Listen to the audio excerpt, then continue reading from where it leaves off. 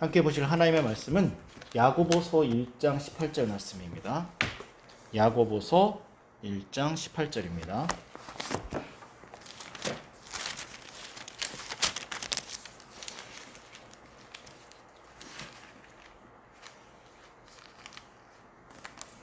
네, 함께 읽도록 하겠습니다. 그가 그 피조물 중에 우리로 한 첫 열매가 되게 하시려고 자기의 뜻을 따라 진리의 말씀으로 우리를 낳으셨느니라. 아멘. 네, 지난 한 2달여 정도에 걸쳐갖고 하나님의 부르심에 대해서 계속해서 말씀을 살펴보았습니다. 부르심의 의미라든지 부르심이 무엇을, 하나님 부르심을 통해서 우리에게 바라시는 것이 무엇인지 등등 해서 한 2달여 정도 걸쳐서 하나님의 부르심에 대해서 말씀을 살펴보았고, 이제 오늘서부터는 그리스도인으로 살아가는 데 있어서 가장 중요한 지대한 영향을 미치는 것이 있는데, 우리가 그리스도인으로 살아가는 데 있어서 가장 중요하고 가장 지대한 영향을 미치는 것이 있는데, 그것이 무엇이냐면 바로 중생교리입니다. 중생교리. 이전에 중생에 관해서 중생이 무엇인지에 대해서 한 번 정도 여러분들에게 말씀을 드린 적이 있는데, 그때는 중생이 무엇인지 그냥 기본적이고 기초적인 어떤 서론적인 부분을 말씀을 드렸다라면, 오늘서부터는 저는 좀 더 이 중생이 무엇인지 세분화해서 그리고 구체화해서 여러분들과 말씀을 나누려고 합니다. 예를 들어서 이런 것이죠. 중생이 의미하는 것이 무엇인지, 그리고 왜 우리에게 중생이 필요한지, 또 중생을 통해서 하나님이 우리에게 원하시고 계획하신 것이 무엇인지, 그리고 좀 전에도 말씀드렸던 것처럼 중생이 왜 우리 그리스도인으로 살아가는 데 있어서 가장 중요하고 지대한 영향을 미치는지, 그 이유들을 좀 세분화해서 여러분들과 몇 주에 걸쳐서 좀 말씀을 나눠보려고 합니다.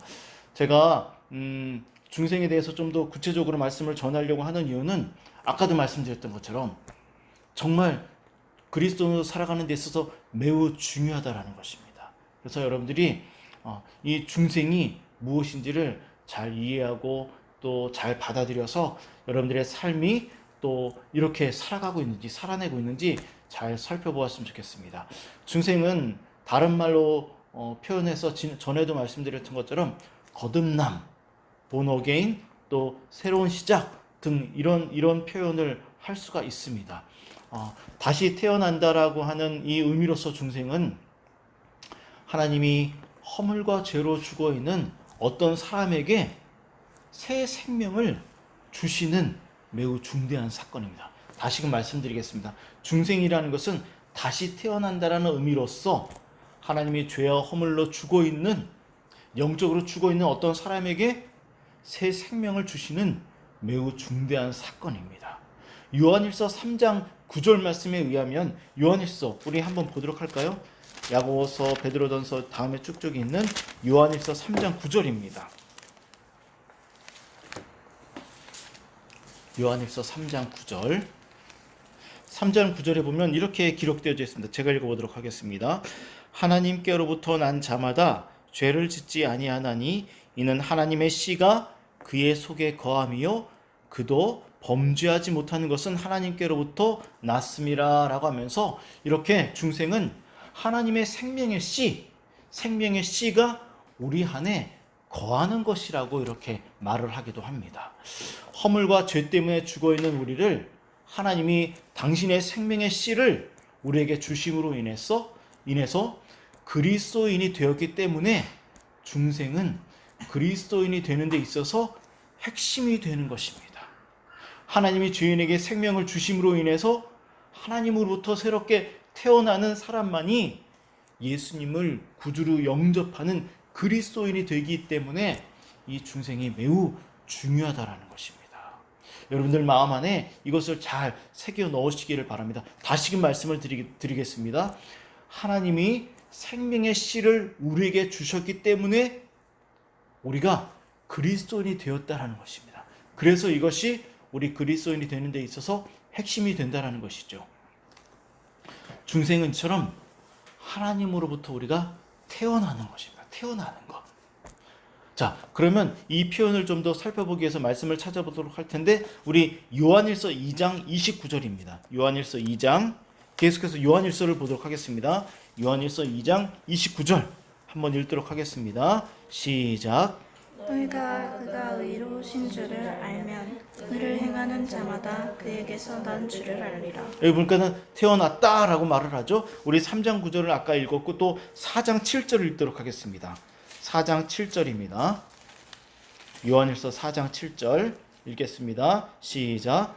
사랑하는 자들아, 우리가 서로 사랑하자. 사랑은 하나님께 속한 것이니 사랑하는 자마다 하나님으로부터 나서 하나님을 알고. 자, 여기 보니까는 하나님으로부터 나서 하나님을 알고라고 이렇게 말을 하고 있죠. 여기 죄인이 하나님을 알다, 하나님을 믿게 된 이유, 그것이 무엇입니까? 우리가 스스로 하나님을 찾아간 것이 아니라, 우리의 발걸음은 우리의 의지로 하나님을 찾은 것이 아니라, 여기 분명히 하나님께로부터 나왔기 때문에, 태어났기 때문에 하나님을 알고 하나님을 믿게 되었다라고 이렇게 순서적인 것들을 우리에게 지금 요한일서 4장 7절이 이야기하고 있다라는 것입니다. 하나님을 믿게 된 것, 그것은 분명히 하나님으로부터 먼저 우리가 태어났기 때문이라는 것입니다. 이 말씀은 좀 전에도 말씀드렸던 것처럼, 그리고 제가 지금 계속해서 강조하고 있는 것처럼, 하나님으로부터 태어난 사람만이 예수님을 구주로 영접할 수 있다는 것입니다. 예수님을 믿는 것이 아까도 말씀드렸던 것처럼 내가 믿고 싶어서, 내가 갑자기 의지가 생겨서 그런 것이 아니라 하나님으로부터 저와 여러분들이 태어났기 때문에 이 일이 시작된 것이라는 것입니다. 그래서 이것이 우리에게 핵심이라는 것이죠.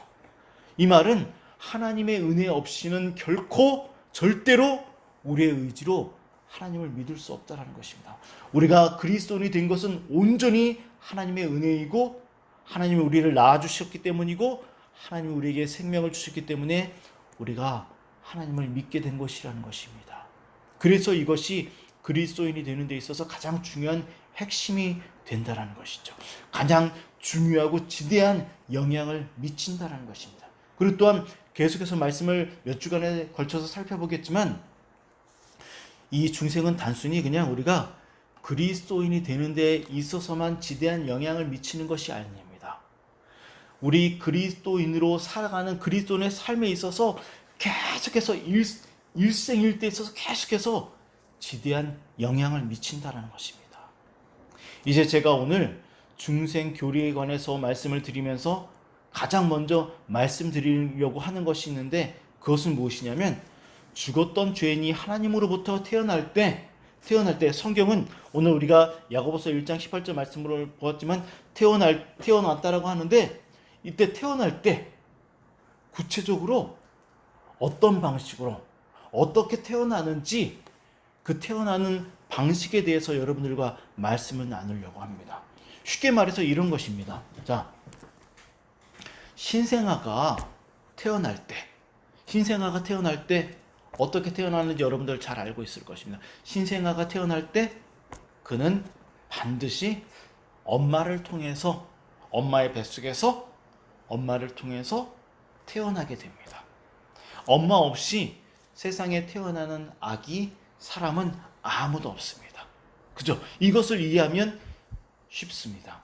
그럼 성경에서 말씀하고 있는 하나님으로부터 태어났다라고 말할 때, 그러면 구체적으로 어떻게 태어나는가, 그것에 대해서 말씀을 드릴 텐데, 우리 좀 전에 읽었던 것인데 다시 야고보서로 넘어가도록 하겠습니다. 야고보서 1장 18절 말씀입니다. 야고보서 1장 18절 읽겠습니다. 시작. 그가 피조물 중에 우리로 한 첫 열매가 되게 하시려고 자기의 뜻을 따라 진리의 말씀으로 우리를 낳으셨느니라. 네, 여기 보니까 진리의 말씀으로 우리를 낳으셨대요. 그죠? 놀랍죠? 말씀이 어떻게 우리를 낳았습니까? 여기 하나님이 허물과 죄로 죽어있는 영혼을 살리시고 새롭게 태어나게 하시는 방식은 다름이 아니라 진리의 말씀이라는 것입니다. 말씀이 우리를 낳았다라는 것입니다. 말씀이 여러분들과 저를 낳았습니다. 엄마가 극심한 진통을 통해서 아기를 낳듯이 하나님은 진리의 말씀으로 우리를 낳으셨습니다. 아직은 진리의 말씀으로 우리를 죄인을 낳으셨다라는 이 말씀의 의미가 무엇인지를 잘 이해가 되지 않죠. 이제 좀 더 구체적이고 쉽게 말씀을 풀어보도록 하겠습니다. 죄인이 태어날 때 엄마의 역할을 하는 이 진리의 말씀, 이 진리의 말씀은 구체적으로 무엇을 의미하냐면 바로 복음을 의미합니다. 복음을. 복음은 무엇입니까? 예수님이 우리를 구원하시기 위해서 받으셨던 모든 고난과 그리고 십자가에서 죽으심과 그리고 십자가에서 죽으셨지만 모든 사망 권세를 이기시고 3일 만에 다시 부활하셨다라는 이 복음을 들을 때 이 복음을 통하여서 이 복음 안에서 하나님이 우리를 낳으시는 것입니다.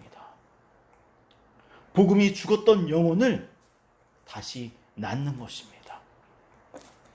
하나님은 자녀를 낳으실 때 반드시 진리의 말씀은 복음을 통해서 자녀를 낳으시는 것입니다.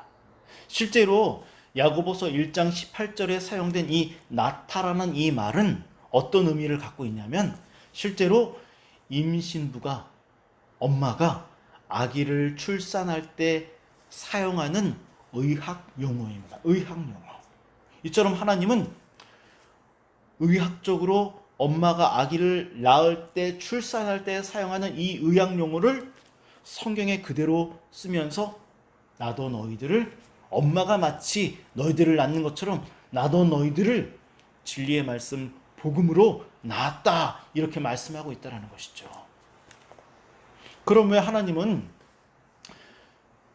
그냥 복음을 통해서 우리가 예수님을 구주로 영접했습니다 라고 표현하지 아니하고 왜 하나님은 의학 용어를 통해서 진리의 말씀으로 복음으로 우리를 낳으셨는가? 왜 우리를 태어나게 하셨는가? 왜 이런 표현을 쓰셨을까? 여기에는 아주 중요한 의미가 있습니다.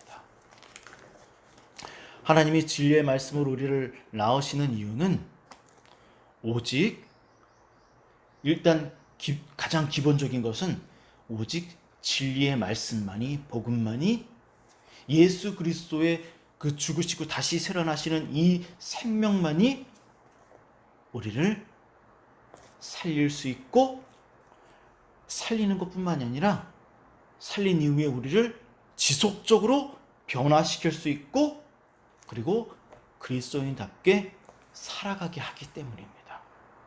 진리의 말씀인 복음만이 우리를 살릴 수 있고 새롭게 할 수 있기 때문에 진리의 말씀으로 우리를 낳으셨다라고 그렇게 표현한다라는 것입니다. 이는 마치 신생아가 엄마를 통해서만 태어날 수 있고 그리고 여러분들 신생아가 엄마를 통해서 태어났다고 해서 자기 힘으로 자기 의지로 바로 살아갈 수 있습니까? 절대로 그렇지 않습니다. 신생아가 여러분들 나중에 이제 결혼해서 아기를 낳으면 알겠지만 신생아가 태어나면 1분 1초도 엄마를 떠나선 살 수 없습니다. 만약 1시간 정도 2시간 정도 떨어진다 그러면 신생아에게 정말 아주 불행한 일이 벌어질 수 있습니다. 아주 심각한 일이 벌어질 수 있습니다. 생명이 위태로워질 수도 있습니다. 아기는 견딜 수가 없습니다.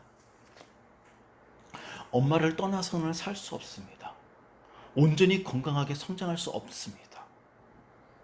저는 하나님이 이 원리 때문에 진리의 말씀 우리를 낳았다, 태어나게 했다라는 표현을 쓰신 것이 아닌가 그렇게 한번 생각해 보았습니다.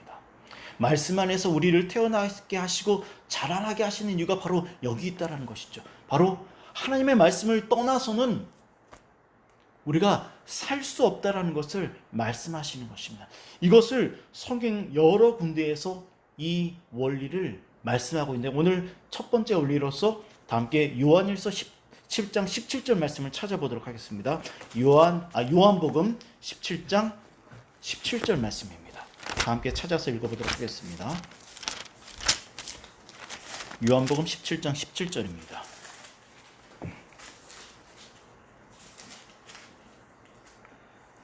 네, 읽겠습니다. 시작. 그들을 진리로 거룩하게 하옵소서. 아버지의 말씀은 진리이니이다. 네, 야고보서 1장 18절에 분명히 진리의 말씀을 우리를 낳으셨다라고 하는데 여기도 보니까 우리를 거룩하게 하는 것은 진리이고 그 진리는 아버지의 말씀이다라고 이렇게 말을 하고 있습니다. 그죠? 진리의 말씀이 우리를 거룩하게 하며 그 진리의 말씀은 바로 아버지의 말씀이며 복음이다라고 지금 예수님이 제자들에게 말씀해주고 있다는 것입니다.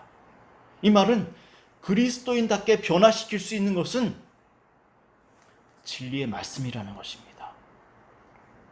실제로 D.A. 칼슨이라는 요한복음 신학자는 거룩 이 말을 주의하면서 주석하면서 이 말의 의미를 뭐라 그러냐면 거룩 우리를 변화시키는 이 거룩이 어떤 의미냐면은 잘 들어보십시오. 이 거룩이라는 의미는 하나님이 원하시는 것들만 하는 것이고 하나님이 미워하시는 모든 것들을 하나님이 미워하시는 것처럼 나도 미워하는 것이다 라고 그렇게 해석을 했습니다.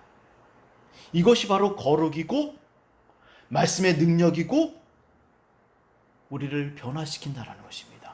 다시 정리해서 거룩이라는 말의 의미는 그리고 우리가 변화되어져서 그리스도인처럼 산다라는 그 의미는 무엇이냐면 하나님이 원하시는 것들을 하는 것입니다. 하나님이 사랑하는 것들을 사랑하고 하나님이 미워하는 것들을 미워하는 것입니다. 이것이 거룩이고 변화이고 그리스도인의 삶이라고 D.A. 칼슨이 그렇게 써놓은 것들을 보았고 저는 이 말씀을 보면서 몇 번을 그 말씀을 읽어내려가면서 몇 번을 읽었습니다. 그러면서 맞다. 그리고 어쩜 이렇게 정말 기가 막히게 해석을 할 수 있을까? 그런 생각들을 계속 해보았습니다. 하나님이 원하는 것들만 하고 하나님이 미워하시는 것들을 모두 미워한다면 우리들의 삶은 자연스럽게 거룩하게 변화되어져 가는 것이고 이것이 바로 말씀의 능력이고 진리의 말씀이 이 일을 우리의 삶 가운데서 우리의 마음 가운데서 특별히 성령 하나님께서 역사하시는 가운데 우리가 그 일을 하게 된다는 것입니다.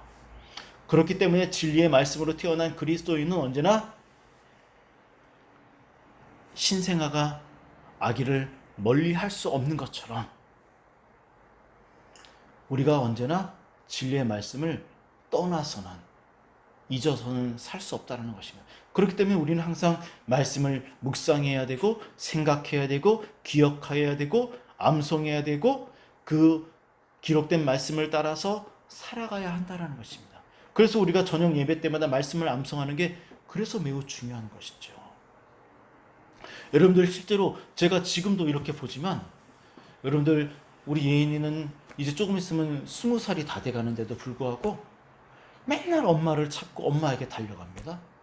뭐 막내인 예림이는 말할 것도 없습니다. 여전히 지금도 여전히 엄마를 사랑하고 엄마 없으면 못 사는 애 같아. 막 그리워하고 찾고 있고 그리고 오늘도 보니까는 예진이는 엄마 이렇게 저기 듀티표 그 근무 시간표를 딱 보면서 엄마가 또 무슨 일을 내일은 어떻게 무슨 근무를 하는지 맨날 엄마의 그 일거수일투족을 이렇게 살펴봅니다. 왜 그렇습니까? 엄마가 여러분들의 삶에 너무나 중요하기 때문에 엄마랑 더 있고 싶어서 그죠? 똑같은 것입니다. 하나님이 우리를 말씀으로 낳으셨다는 의미가 바로 여기 있다는 것이죠. 그래서 중생이 말씀으로 우리를 낳으셨다는 이 중생이 그래서 우리에게 매우 중요한 것이고 우리 그리스도인의 삶으로 살아가는 데서 가장 중요하고 지대한 영향을 미친다는 의미가 바로 여기 있다는 것입니다. 이해가 되죠, 여러분들? 이제 말씀을 마무리하도록 하겠습니다. 오늘은 이 한 가지에 집중해서 말씀을 드리도록 하겠습니다. 말씀을 마무리하면서 제가 여러분들에게 또 강조하고 싶은 말씀은 무엇이냐면 로마서 1장 8절부터 17절 말씀을 보면 읽지는 않도록 하겠습니다. 로마서 1장 8절부터 17절 말씀을 보면은 사도 바울이 로마 교회 성도들을 향하여서 이런 말씀을 합니다. 내가 너희들에게 달려가서 하고 싶은 것이 있는데 무엇이냐면 복음을 전하고 싶다. 이미 그들은 그리스도인들이고 믿음이 좋다고 소문이 난 사람들이었습니다. 그런데 그들에게 다시금 가서 계속해서 진리의 말씀 복음을 전하기를 원하는데 그 이유가 무엇이냐면 복음이 여러분들을 변화시키고 성장시키고 열매를 맺게 하고 우리가 너무나 잘 알고 있는 로마서 1장 17절의 말씀 오직 의인은 믿음으로 말미암아 살리라 한다라는 그리스도는 어떤 환경 가운데서도 믿음으로 살 수 있게 하는 것이 바로 복음이기 때문에 내가 다시금 너희들에게 가서 복음을 전하고 싶다라고 그가 그렇게 기록한 말씀을 우리는 이미 전에 말씀을 살펴본 적이 있습니다. 그래서 복음, 진리의 말씀이 우리에게 중요한 것이고 그래서 하나님이 말씀으로 우리를 낳으신 것입니다. 저는 이 말씀을 마무리하는 가운데 이 말씀이 여러분들의 삶에도 잘 적용이 되었으면 좋겠고 그리고 특별히 하나님이 목사라는 사람을 통해서 여러분들에게 계속해서 복음을 전하게 하시고 진리의 말씀을 전하게 하고 있다는 것입니다. 그래서 저의 역할이 너무나 중요하죠. 갈라디아서 4장 19절에 보면 제가 읽어드릴게요. 갈라디아서 4장 19절에 보면 사도 바울이 갈라디아 교회 성도들을 향하여서 내가 어떠한 심정으로 너희들에게 말씀을 전하며 너희들을 사랑하는지 고백한 것이 있는데 이렇게 고백을 합니다. 나의 자녀들아 너희 속에 그리스도의 형상을 이루기까지 다시 너희를 위하여 해산하는 수고를 하노니 라고 하면서 사도 바울이 갈라디아 교회 성도들을 향하여서 내가 해산하는 수고를 하면서까지 너희들을 사랑하고 너희들을 양육하기를 원한다 라고 이렇게 표현하고 있습니다. 제가 예인이가 태어날 때 옆에서 이렇게 바라보았는데 해산하는 고통이 물론 보기만 했기 때문에 그 고통이 얼마나 큰지는 알 수 없지만 정말 말로 표현할 수 없는 고통입니다. 그런데 사도 바울은 이렇게까지 해산하는 수고를 통하여서 복음을 전하고 그리스도의 형상을 이루기까지 내가 너희들을 섬기고 사랑하겠다라고 이렇게 고백하는 것을 말씀을 준비하면서 이 말씀을 찾아보면서 나는 참 부끄럽구나 라는 것을 깨달았습니다. 왜냐하면 우선적으로 목사가 정말 이러한 수고를 통해서 여러분들에게 말씀을 준비하고 삶을 살아가며 말씀을 증거할 때 여러분들이 이 복음을 통하여 진리의 말씀을 통하여서 하나님이 계획하신 약속하신 베풀어 주신 이 은혜의 말씀들이 여러분들의 삶에서 하루하루 녹아져 들어가고 그리고 여러분들이 살아가게 되는 것입니다. 그래서 저는 오늘 말씀을 마무리하면서 여러분들에게 정말 부탁하고 싶은 것은 좀 전에 광고 시간에도 여러분들에게 말씀드렸지만 위드 코로나를 맞이해서 이제 여러 가지 사역들이 이제 구체화해 나갈 텐데 이런 사역들을 위해서도 기도해 줄 뿐만 아니라 제 이 말씀 사역을 위해서도 여러분들이 정말 더 많이 기도함으로 인하여서 여러분들이 정말 말씀을 통하여서 하나님을 정말 깊이 알아가고 사랑하고 변화되어져 가고 열매되어져 가는 그래서 이 중생 교리로부터 시작되는 여러분들의 삶이 정말 날마다 새로워질 수 있기를 진심으로 축원하고 부탁합니다. 이 말씀은 너무나 여러분들의 삶에 중요하다는 것을 깨닫고 여러분들 날마다 말씀을 묵상할 때 정말 사모하는 마음으로 묵상하고 말씀을 붙잡고 기도하며 특별히 신생아가 엄마를 떠나서는 살 수 없는 것처럼 우리는 말씀을 떠나서는 살 수 없는 사람들입니다. 그것을 기억하면서 허물과 죄로 죽어있는 우리에게 찾아오셔서 아무런 자격도 없는 우리에게 찾아오셔서 생명의 씨 예수 그리스도의 생명을 주신 그 은혜가 얼마나 큰지 다시 한번 더 감사하면서 살아가는 여러분들 되기를 주님의 이름으로 축원합니다. 다 함께 기도하도록 하겠습니다.